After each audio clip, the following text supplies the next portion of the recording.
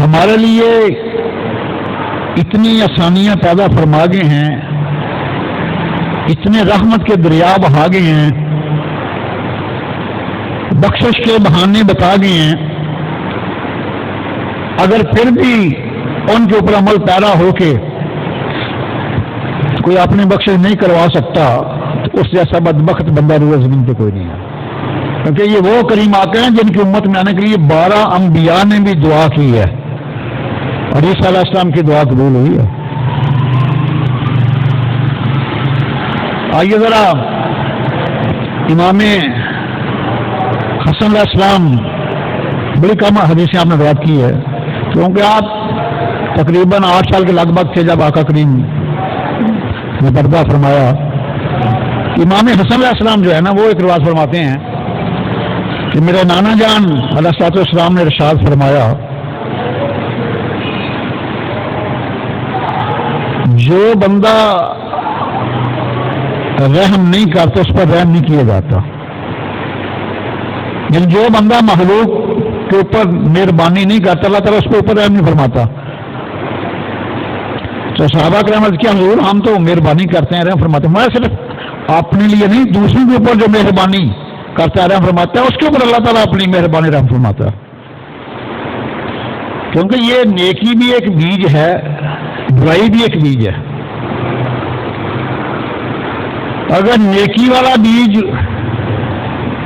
کوئی بندہ بو دیتا ہے اس کو بھی ثواب ملتا ہے، جب تک دنیا اس پر عمل کرتی ہے دنیا کو بھی ثواب ملتا ہے۔ وہ نیکی کا بیج بونے والا جب قبر میں چلا جاتا ہے دنیا کو عمل کرنے سے دنیا کو بھی اس کا ثواب ملتا ہے اور قبر میں لیٹوں کے نامہ مال میں وہ ثواب درج کیا جاتا ہے۔ علامہ اقبال نے یہاں بڑا کمال نقشہ کھینچا اس حدیث کا، فرماتے ہیں کہ عمل سے زندگی بنتی ہے جنت بھی جہنم بھی، عمل سے زندگی بنتی ہے جنت بھی جہنم بھی، یہ حقی اپنی فطرت میں نہ نوری ہے نہ ناری ہے، یہ حقی اپنی فطرت میں نہ نوری ہے نہ ناری ہے۔ اللہ اکبر کبیرہ۔ آقا علیہ الصلوۃ والسلام کی عظمت کے کیا کہنے ہیں، کیا مقام ہے، کیا شان ہے۔ نعمان بن بشیر رضی اللہ تعالیٰ عنہ، جامعہ ترمذی میں بھی ان کی ایک روایت ہے، نعمان بن بشیر رضی اللہ تعالیٰ عنہ قال رسول اللہ صلی اللہ تعالیٰ علیہ وسلم الدعاء هو العبادہ، یہ جو ہم دعا مانگتے ہیں فرمایا یہ بذات خود عبادت ہے، اور یہ بڑے محب اہل بیت ہے نعمان بن بشیر رضی اللہ تعالیٰ عنہ، بڑے لادر صحابی بھی ہیں اور بڑے محب اہل بیت ہیں۔ جب یزید پلید نے ٹکر لی نا امام حسین علیہ السلام کے ساتھ، اس وقت یہ کوفہ کے گورنر تھے نعمان بن بشیر، انہوں نے محبت اہل بیت میں کوفہ کی گورنری کو ٹھکرا دیا، چھوڑ دیا، کہ جو اہل بیت کی بغض میں گورنری ملے میں اس کو جوتے کے نوک کے اوپر رکھتا۔ وہ نعمان بن بشیر اللہ تعالیٰ کی حمد و ثنا کرنے کے بعد آپ نے عرض کیا کہ میرے کریم آقا علیہ السلام نے ارشاد فرمایا، میں نے خود فرماتے وہ سنا کہ اہل ایمان کو ایک دوسرے کے ساتھ ہمدردی اور خیر خواہی کا سلسلہ قائم کرنا چاہیے اور آپس میں اس قدر محبت اور ہمدردی ہونے چاہیے جیسے جسم کے ایک اعضاء کا دوسرے عضو کے ساتھ ہوتا ہے۔ میڈیکل پوائنٹ آف ویو سے بات کرنے لگا ہوں، آپ کے جسم کے کسی عضو میں کوئی ابنارملٹی آ جائے تو بخار ہو جاتا ہے، ہر عضو اس کا درد محسوس کرتا ہے، چیک کر لینا۔ آپ کی آنکھ خراب چبھ جائے بخار ہو جائے گا، آپ کا گلا خراب ہو جائے بخار ہو جائے گا، کانٹا چبھ جائے بخار ہو جائے گا۔ اس لیے فرمایا سرکار نے مثال دی کہ جس طرح جسم کا ایک اعضاء دوسرے اعضاء کے ساتھ خیر خواہی ہمدردی و محبت کا جذبہ رکھتا ہے، ایسے ایمان والوں کو دوسرے کے ساتھ رکھنا چاہیے، یعنی ایک کو تکلیف ہو دوسرے کی تکلیف کو محسوس کریں۔ لیکن آج ہمسائے کے گھر صرف ماتم بچھی ہوئی ہے، دوسرا ہمسایہ منگنی اور شادی کے شادیانے بازار ہوتا ہے. کتنی افسوس کی بات ہے. جب سارے معاشرے پوچھیں گے بلا کے سامنے کیا جواب جرم دو گے تم خدا کے سامنے، اور جب وہ اس وقت بیمار ٹھیک ہوتا ہے تو سارا جسم تندرست ہو جاتا ہے. یعنی سرکار نے مثال بنا کے بتایا دنیا والوں کو کہ ایسے ایمان والوں کو ایک دوسرے کے ساتھ رہنا چاہیے، ہمدردی اور محبت میں، جیسے جسم کے اعضاء مل کے رہتے ہیں. ایک عضو بیمار ہو سارا جسم بیمار، جب وہ عضو تندرست ہو جو سارا جسم تندرست ہو جاتا ہے. سیدنا انس بن مالک رضی اللہ تعالیٰ عنہ روایت میں آتا ہے کہ آقا علیہ الصلوۃ والسلام نے ارشاد فرمایا کہ اہل ایمان کے 4 حقوق ہیں. کتنے؟ 4 حقوق ہیں، 4 حق ہیں ایک دوسرے کے اوپر. سرکار نے پہلا حق یہ ہے کہ نیک لوگوں کی مدد کیا کرو، جو ہم نہیں کرتے.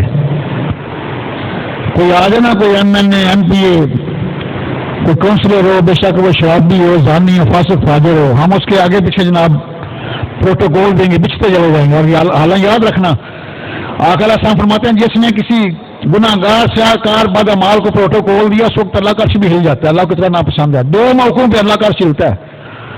جب حامد اپنی بیوی کو بغیر وجہ کے طلاق دیتا ہے اللہ کا عرش ہل جاتا ہے. اللہ حلال بھی ہے لیکن اللہ کو ناپسند ہے. جب کسی فاسق فاجر شرابی زانی گناہ کبیرہ کرنے والے تم اٹھ کے کھڑے ہوتے ہیں نا، اس کے پروٹوکول دیتے تو اس وقت میں اللہ کا عرش ہل جاتا ہے. اہل ایمان کے حقوق کا پہلا حق ہے کہ نیک لوگوں کی مدد کیا کرو، اور اس کا اجر بہت زیادہ ہے. سورہ کاف پڑھنا جا کر، سورہ پارا. خضر علیہ السلام جا رہے ہیں موسیٰ کلیم اللہ کے ساتھ، اور موسیٰ کلیم اللہ خضر علیہ السلام نے فرمایا کہ تم میرے کام دیکھ کر صبر نہیں کرو گے. انہوں نے کہا نہیں، میں کوشش کروں گا صبر کرنے کی. جا رہے آگے میدان میں ایک بڑا حسین و جمیل خوبصورت بچہ کھیل رہا ہے. خضر علیہ السلام نے پکڑا، اس کو گردن ڈوری مار دیا. موسیٰ کلیم اللہ بول پڑے، فرمایا یہ ایک ناحق بچے کو آپ نے قتل کر دیا ہے. میں نے آپ کو پہلے کہا تھا نا کہ میری باتیں دیکھ کر صبر نہیں ہوگا. تو جب آپ نے بتایا میں اس لیے سے میں نے مارا ہے کہ اس کے والدین بڑے نیک ہیں، اس کے والدین مومن ہیں، بڑے نیک ہیں، لیکن یہ بچہ کافر ہوگا. میں نے دیکھ لیا ہے، اگر تمہیں شک ہے یہ کندھا کاٹ کے دیکھ لو، یہ لکھا ہوا کافر ہے. میں نے اس کندھے سے دیکھ لیا یہ کافر ہے.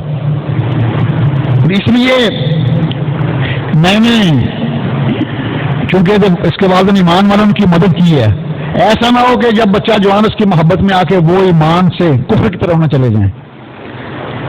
اور میں نے دعا کی ہے اللہ تعالیٰ ان کو بہترین نعمت بدل عطا فرمایا. اور یہاں تک تفسیر میں آتا ہے کہ اللہ تعالیٰ نے پھر اس بچے کے والدین کو ایک بیٹی دی جو بڑی نیک تھی، پارسا تھی، اور اس کا نکاح ایک نبی کے ساتھ ہوا، اور اس کی نسل سے اللہ تعالیٰ نے 70 انبیاء کو پیدا فرمایا. اس لیے تو میں کہتا ہوں کہ چنگے چنگے لال لال یاریاں، چنگے چنگے لال لال. رمضان تو نہیں یار، کھل کے بولو ذرا. چنگے چنگے لال لال، مشکل آسان ہو سن ساریاں، چنگے چنگے لال لال، چنگے چنگے لال لال.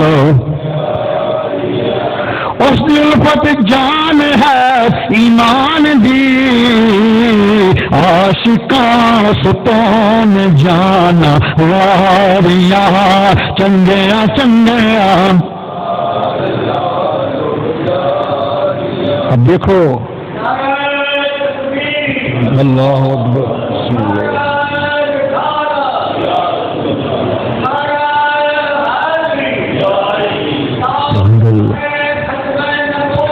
زندہ باد، زندہ باد، زندہ باد زندہ باد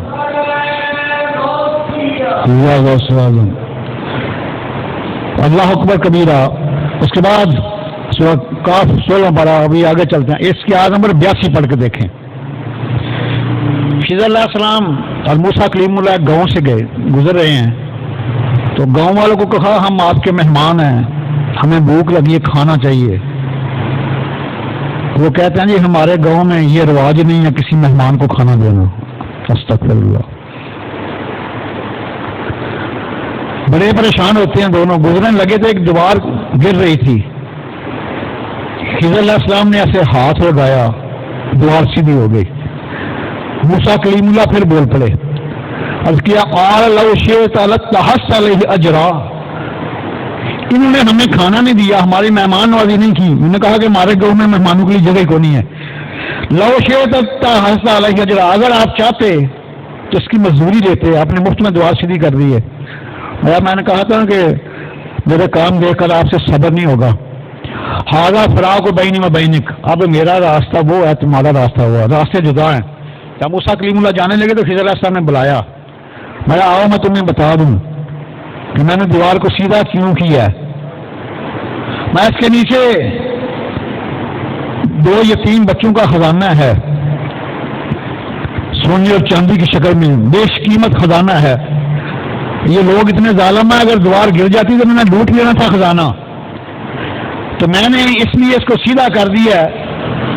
ان کے اوپر کوئی احسان نہیں کیا گاؤں والوں کے اوپر. ما کانا ابوہما صالح, یہ 82 نمبر آیا تھا سورہ کاف کی. مانا کہ ان یتیم بچوں کا جو جد تھا نا وہ بڑا نیک تھا. ابوہما دونوں کا تسمیہ کا سیگا. اس کا نام تھا حضرت کاشے رحمت اللہ تعالی علیہ. حالانکہ ان کا باپ نہیں تھا. یہاں لفاظ ہوئی ہے نا کانا ابوہما صالح, ان کا باپ, حالانکہ وہ باپ نہیں تھا. ان کے باپ کا باپ کا باپ کا باپ کا باپ کا باپ کا باپ کا 7 میں پشت میں ان کا جد تھا.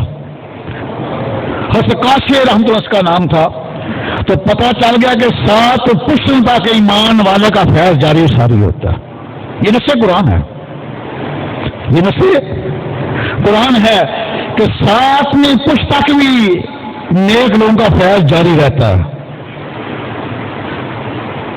اس لیے میں تو انہیں کہتا ہوں, دعوت سے فکر لیتا ہوں جو اللہ والوں اور انبیاء کی حیات کو نہیں مانتے کہ مر گئے انہاں دے جڑے کہن مر گئے.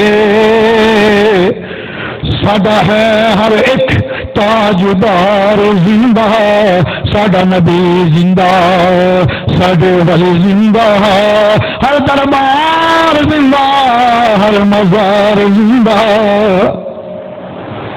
ما کان ابوہما صالحا, یعنی اس کو پردہ فرمایا کتنی دیر ہو چکی ہوگی جو ان کے باپ کے باپ کے باپ کے باپ کے باپ کے باپ کے باپ کا باپ تھا, یعنی 7 پشت کے اوپر.